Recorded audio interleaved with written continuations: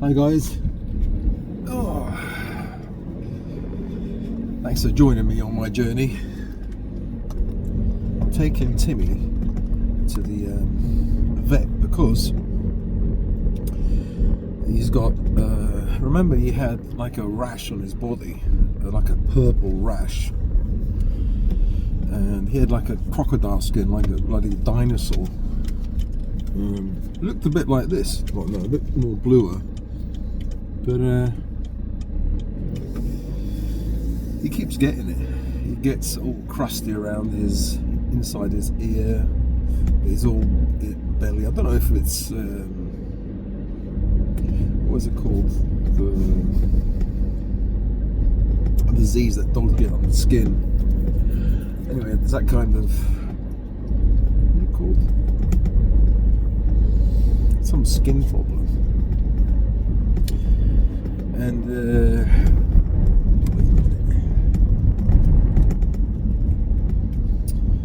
so,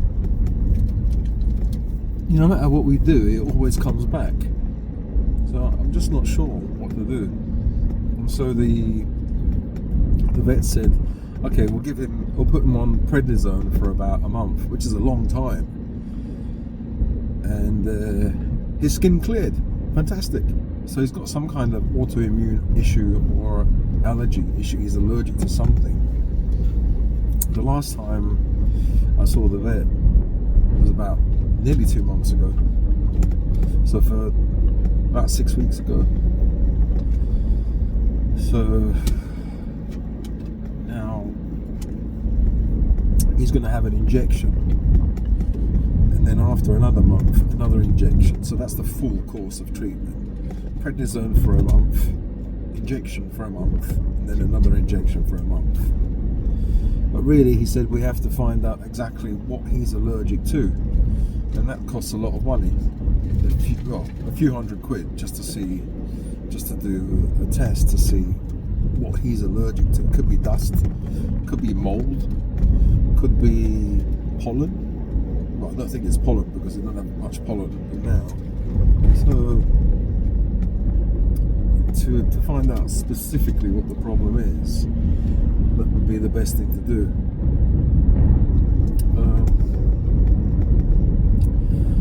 So, as I say, play it by ear. We're going to see. Once I have the money, I'll see. I'll do the test and see exactly what he's allergic to. But for the moment, I'm going to go for the. Go for the injection, and so next month he'll have the other injection. So it's going to cost, I think, £80 for the injection, £50 I assume for the consultation, the appointment. It's not really a consultation, it's just an appointment just to have the injection, but you still have to pay about 50 quid plus 80 quid for the injection. That's like 130, and that's another 130 in a month's time. You know, I had an appointment to see the dentist to clean my teeth. I missed it yesterday, so I have to pay 40 quid for a missed appointment, and then 70 quid for cleaning my teeth. So that's 120. No, hang on. 110. I think 70, 80, 90, 100. Yeah, 110. Okay.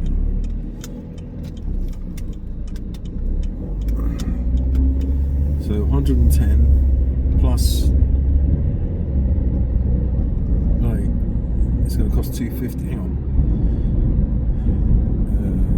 250. So 80 plus 50 is 130. Like, say 260. 260, 360, 460, 470. Maybe 500 quid for my appointment, and then Timmy's 2 appointments.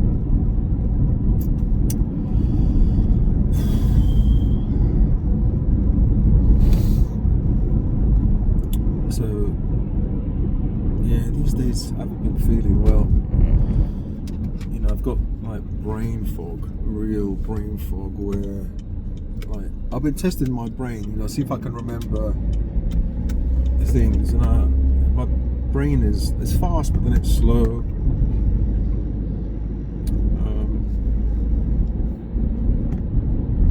I think if I have more carbohydrates, then it will be faster. But I'm trying to get my brain into ketosis, so it runs off ketones, you know, ketone bodies. So, but I think some people find it difficult. I'm the person who finds it difficult to go into ketosis. Like if you don't eat for a day, then okay, that's a natural way to get into ketosis. That's not a problem. But if you don't eat, and then you chuck down, you know, olive oil, a little bit of meat, and try to get into ketosis, that's when my brain flattens out. It just doesn't respond. And because I'm coming off, or it could be just because I'm coming off my Seroxat Paxil medication, I'm on probably, I don't know, 1 milligram. So maybe I'm doing too many things at once, and my brain is not responding. So the days are darker, so there's less serotonin. My Seroxat or Paxil dose is really low, like 1 milligram, and I've been on it for 34 years. And so brain chemistry has to adjust, and it's finding it difficult to adjust. What with the you know, the dark weather, you know, the less amount of daylight, so that means less serotonin production, and also going on a keto diet, so you've got even less production. So that's why my brain's not responding when I have to think of things, remember things, like what's that thing, you know, it's a car, but you think, hey, yeah, car, you know, it just takes like sometimes a few seconds, sometimes half an hour. So like, for example, I asked my friend, what's the name of Captain Kirk, the actual, because I was thinking, what's the name of Captain Kirk? Spock, his name is Leonard Nimoy. Captain Kirk, what's his name? I couldn't think of the bloody name. Actually, I can't think of it now again, because it's you go through the alphabet. Is it A? Is it B? Is it C? No, but it's the W. William Shatner, right? Yeah, I nearly forgot it again. So, so I asked my friend. She just got it immediately. William Shatner and Leonard Nimoy. I thought it took me half an hour to get it. And I'm playing these games. I'm thinking, hang on, okay, let me. So after about a week, I thought, let me get all the supplements out, and I thought, what's the name of that thing? So I've got two powders. One is chlorella, the other is spirulina. Now I knew the chlorella, but the spirulina, I couldn't get it. I thought, what does that? It starts with an S, and with I could have sworn it was S and I. I thought S-I. What's the next bloody letter? S-I-B? No. S-I-A? No. It must be a vowel, right? I thought, I can't fucking get it. What is this? I was worried. Then I realised, oh, it's not S-I, it's S-P-I, spirulina. It took me about half an hour to get it. I'm thinking, fucking hell, like, I'm forgetting words, or I'm finding it difficult to get some words, you know. The words don't come to me immediately. So, I definitely have brain fog.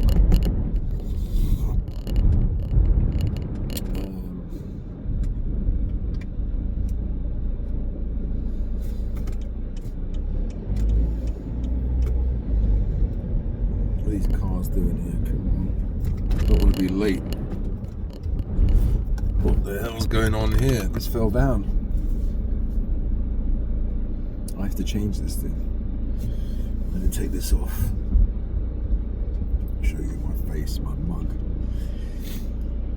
Yeah, so, you know, they say that once you get into that ketosis state, all brain fog goes away, because your brain is using a cleaner fuel, ketones it's a cleaner fuel for the brain. Maybe not so much for the body, but definitely for the brain, it's a cleaner fuel. The thing is, people who go on fruitarian diet or a raw vegan diet experience the same. They say once their body adjusts, then they got no brain fog. Their brain kind of wakes up. So it seems that for both diets, this seems to happen. Both extremes, like a carnivore stroke ketovore or keto diet, high fat, low carb. I think it's because for some people, they've got that kind of inflammation in the brain, and they can't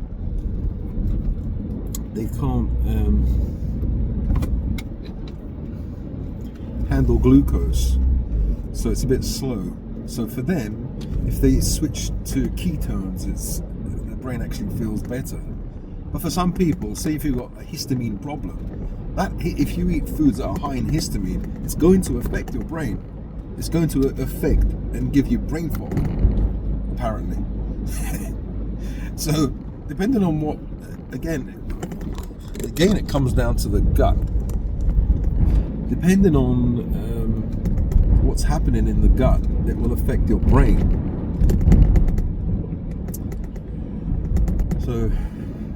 So I do have histamine problems and SIFO, small intestinal fungal overgrowth.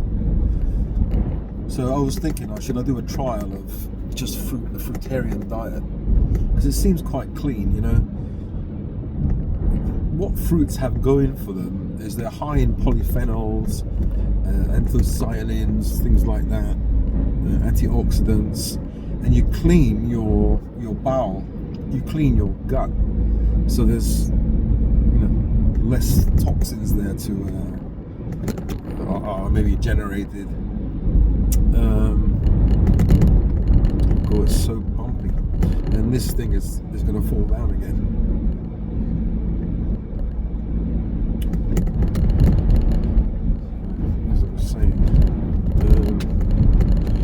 So you can see how, like, the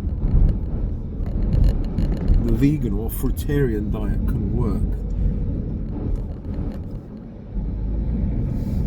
You've got certain compounds in fruits that are really good for the body, lower inflammation, are antioxidant in nature.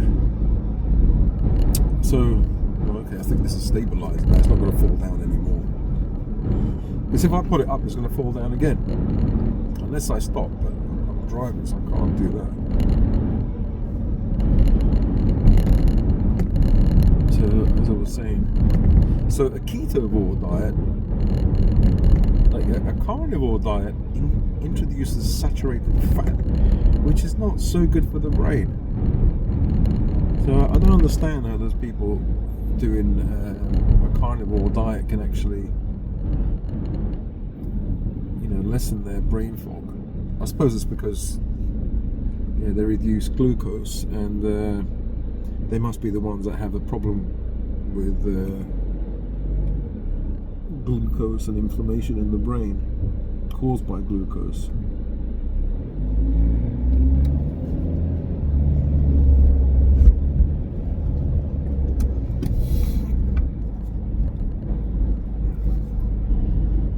So it remains to be seen.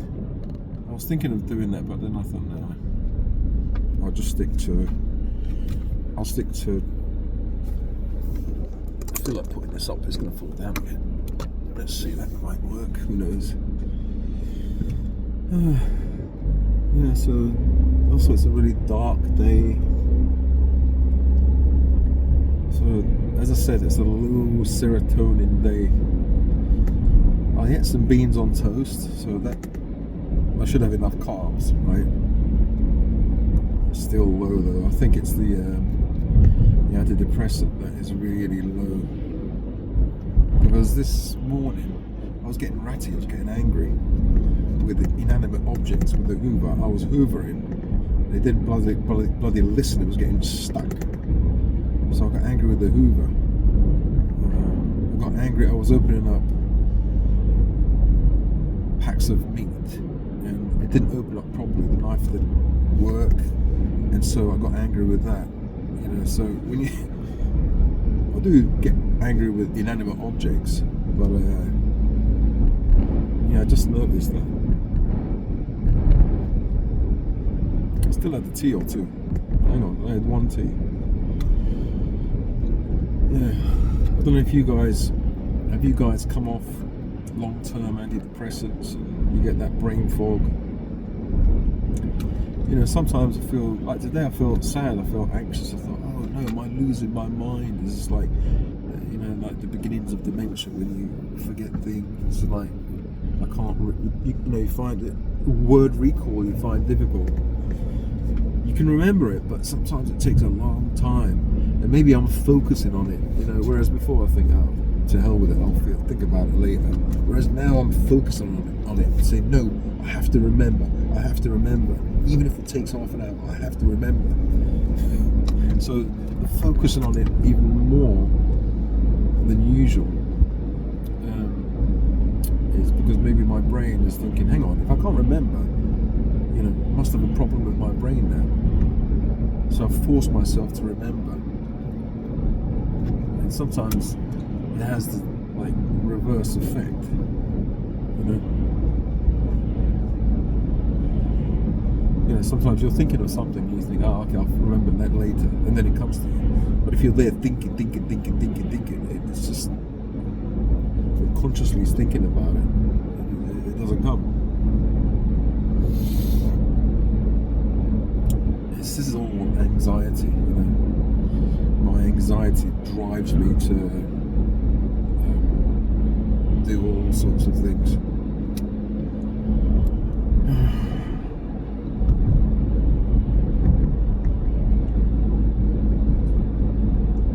I just don't know. It's horrible when you can't. Sometimes you can't trust your own mind. You don't know. Is this my mind or is this? You know, so for example, if you've got a lump somewhere in your abdomen, your belly, or whatever, you say you've been squeezing it for a few days, and you think, hang on, this hurts now. Is it because I've been squeezing for a few days, or is it because it actually hurts? Did I bruise it, or is there something actually there? You go around in circles all the time. You don't know.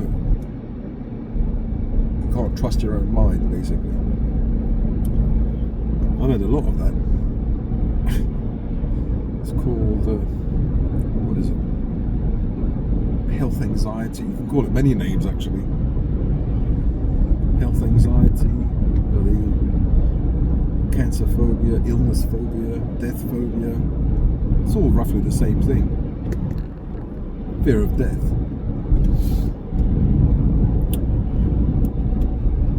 Yeah, by the time you see this video, the Christian video would have come out. So I'm not worried. I'm just thinking I don't want to upset anyone. You know, when it comes to religion and politics, you're bound to upset someone because you're pressing, you're nudging their belief systems, and yeah, people will get angry. You know, how dare you touch my belief system, my religion, my way of thinking, my politics? How dare you? You know, because these belief systems are really important to them, to us. So, yeah, I'll probably get a backlash. I don't mean any harm, really.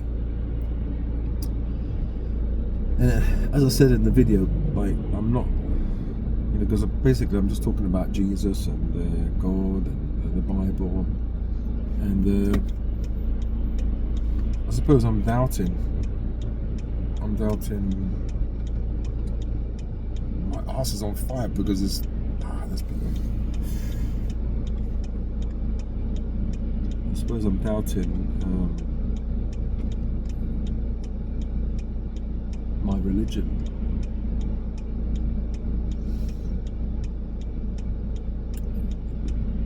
I'm not doubting, really doubting now. And I don't know, just don't know anymore, you know, if some say Jesus wasn't real, he was made up by Paul. Some say, you know, that our God, or there's the demiurge or something, or not the real God that Jesus spoke about. So confusing. Like, books were taken away, things were added, when I always was taught as a kid, you know, like part of the Bible says, you can't take away anything, and you can't add anything to the Bible. And yet things were taken away and added. But after things were added, then we're told nothing should be added or taken away. You see people online fighting over what Jesus said, what this person said. I saw a video about Jehovah's Witnesses, like they were knocking on this guy's door, and you know, they're all puffed up with their ego because they read the Bible maybe 4 times or whatever, so they can completely brainwash or influence normal people. But this guy, he was a Muslim, and he converted to Christianity, and he'd read the Bible many times, more than they did. He was very knowledgeable, very, very knowledgeable. And so they were discussing, they were saying, talking about, is Jesus God, or is Jesus the Son of God? So his argument was that no, in the Bible he says that he is God himself, not the Son of God. And so they couldn't refute like his claim.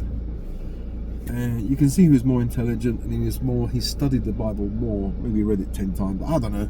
But anyway, he showed them, he showed the black lady that all these quotes, all these areas where Jesus basically says that he is God, okay? Or it says that Jesus is God. And be quiet. So he left. Be quiet, Timmy. So they left, like, really confused, like they were kind of beaten. They were distraught because this guy actually had one over them, and maybe they kind of doubted what they were taught. Be quiet. Be quiet. Be quiet. Shh.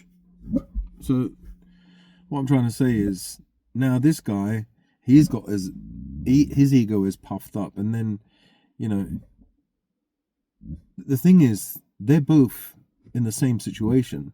He's just further up the labyrinth, further up the maze, and he's actually in a worse situation.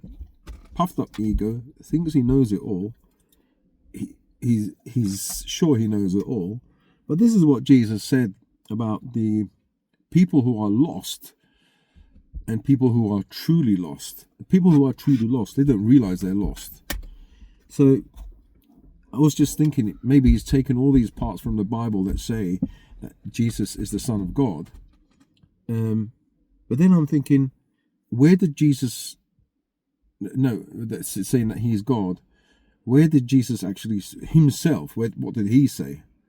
So those parts were taken out, so he doesn't know this, because he uses just the ordinary 66 books, right? So I was thinking it's a load of BS, you know. So I don't want to be part of that. There's loads of lies and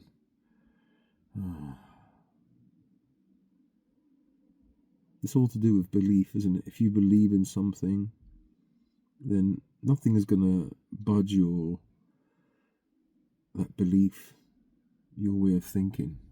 If you don't believe, nothing is going to budge. Well, anyway, I'm going to go now, and hopefully he'll have his injection. He's got his muzzle on, and Yeah, so dark. Just want to drive home and have a bath and get into ketosis properly. But I think getting into ketosis whilst you're tapering off may not be a good idea. Because you need some carbohydrates to trigger serotonin production. So I'll see what happens. Speak to you guys. Hope where you live it's nice and sunny. Bloody hell. Right, bye. Take care.